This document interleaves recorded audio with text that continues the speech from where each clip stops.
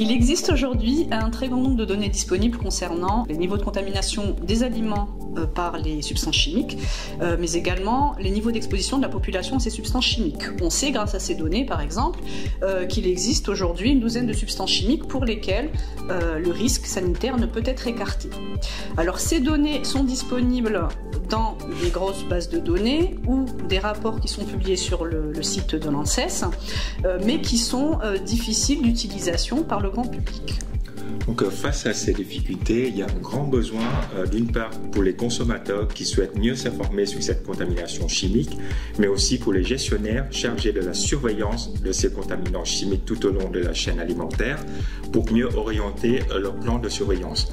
Donc nous souhaitons proposer le défi Caliviz qui vise à développer une plateforme interactive pour visualiser les différents niveaux de contamination de ces substances chimiques dans les différents aliments et groupes d'aliments, et aussi de la part du contaminant apporté par chaque aliment par rapport à l'exposition totale de la population via leur alimentation.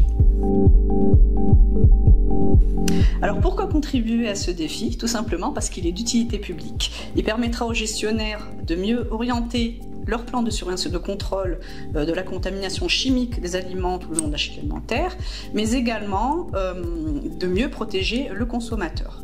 Et donc à terme, il sera évolutif puisqu'il sera transférable à d'autres bases de données, notamment des bases de données qui sont déjà existantes sur, par exemple, l'alimentation des enfants de moins de 3 ans.